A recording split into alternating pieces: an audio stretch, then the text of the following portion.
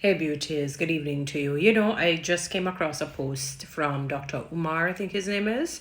I follow him because trust me, he's an activist for the black family, for the black community, to see this bridge gap that has been broken for many, many, many, many years, for centuries, I suppose, where the black community has been so broken, has been so torn apart that it really will take the mighty hand of God to bring healing to our family, to the black community. As I said in a post, this is the only race that segregation, is at an all high.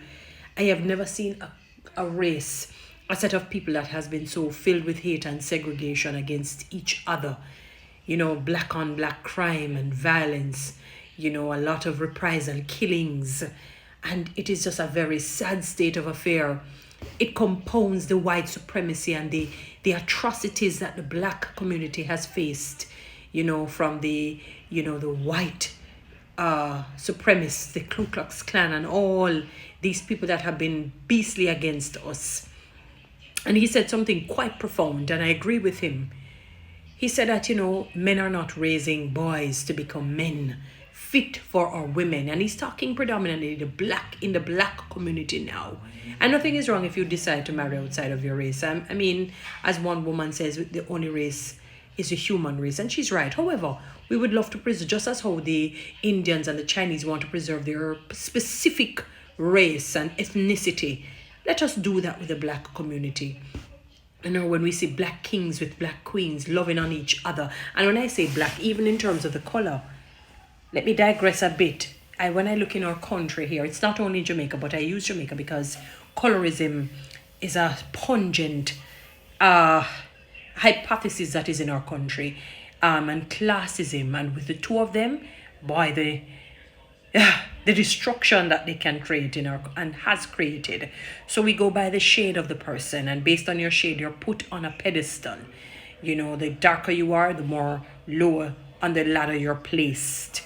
And you find that because of that brokenness and the lack of acceptance of one's skin color, you'll probably find men who are very dark skinned, generally, not in all cases, drawn to women who are lighter skinned because their foreparents tell them, oh, you want a child with pretty hair, straight nose, thin lips, bold eyes, something that looks a little European, what we consider the most beautiful look. Because the African look is not a beautiful look. It makes you look ugly because the nose is big, the mouth is big, and the eyes are beady. And that is how they have been trained. And with Dr. Umar said something that, you have a lot of black killing black. And when the woman now being the single parent, because predominantly the homes are matriarchal, and matriarchal in the literal and figurative sense of the word in many, many instances. So you don't really have a nuclear family going. You have a single parent home headed by the mother. And occasionally a man may visit the home. And she has to raise boys as a mother. So she has to be trying to use quantum ways of teaching boys how to be boys, even though she can't really teach boys how to be boys, because this is something that God had really given the mantle to men. And when she becomes aggressive and takes on masculine, the alpha qualities, you men feel offended by it. What was she supposed to do? She had to survive. Some of you men, in heinous ways, molested, raped, sabotaged, was narcissistic towards these women, and they had to be mentally and emotionally tougher than how they were created to survive life, so that their child or their children can survive life as well, or more than survive life. They can become socially fit human beings in this society. What were they supposed to do when many of you left them to be single parents? One man said to me, so what is wrong with being with a single parent home? So what is wrong if the mother is the only parent in the home raising the child? I could not believe it. This is a man who has 6 or 7 children and they have been almost, I don't even want to say bastard, because they really call bastard like people outside of the realm of a nuclear family.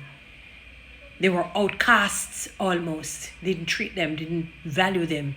He never knew because maybe he wasn't taught love. as a youngster. So that generational curse of no parenting has passed down to the from the in the blood of the black men in general. And when the woman gets up and she now has to say, let me be mother, and so somehow find out how to be a father, even though I don't know, even though I may not be doing the best job, but I have to. Because I want my son to survive life. I want my daughter to survive life. I want to give them enough love that they won't be in search of love, even though no matter how much they love them, the poor child, the poor male, the poor female still needs that fatherly love that gives them that reassurance that, look here, there's somebody special, there's somebody significant, there's somebody important. And as meaningful as and as well-meaning as a mother is, she can't give them that.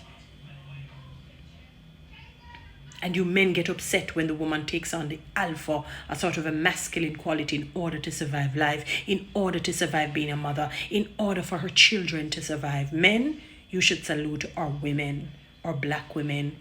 You should salute us, because it has been a difficult and a dark road. Some parents have to be raising 6, 7, 8 children without a father.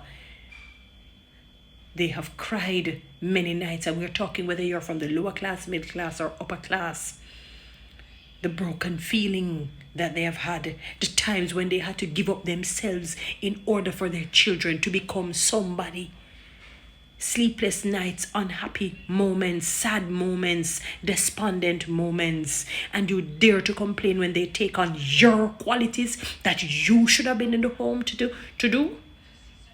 You dare to complain and call them controlling. Now, don't get me wrong, you do have the Jezebels. King Ahab had one. He was a weakling because he didn't get the vineyard from. He was a greedy man. He had one and saw Naboth's vineyard and wanted it. And Naboth told him no matter how much money he offered him. He went home and bawled to his wife. And she had to take up the balls, and he took up the vagina. They switched roles. It was it was there, but it was obvious. So she just said, all right, hold this vagina for me. And she said, give me your balls and I will do the job. Tomorrow morning he'll be extinct. We're not talking about things like that. But you know what?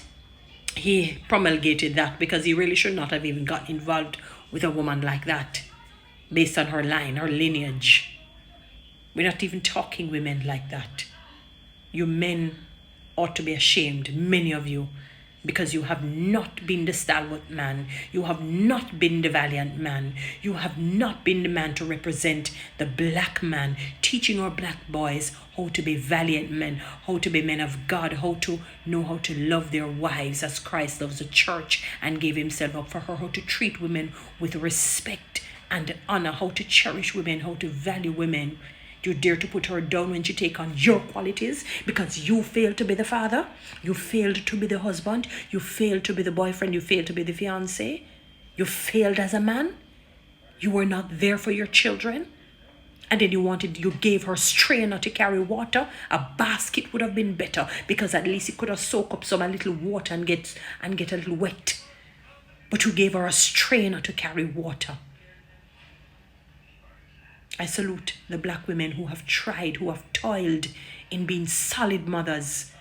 Unfortunately, sometimes it has affected the children. They have become psychologically broken and mentally broken, emotionally broken.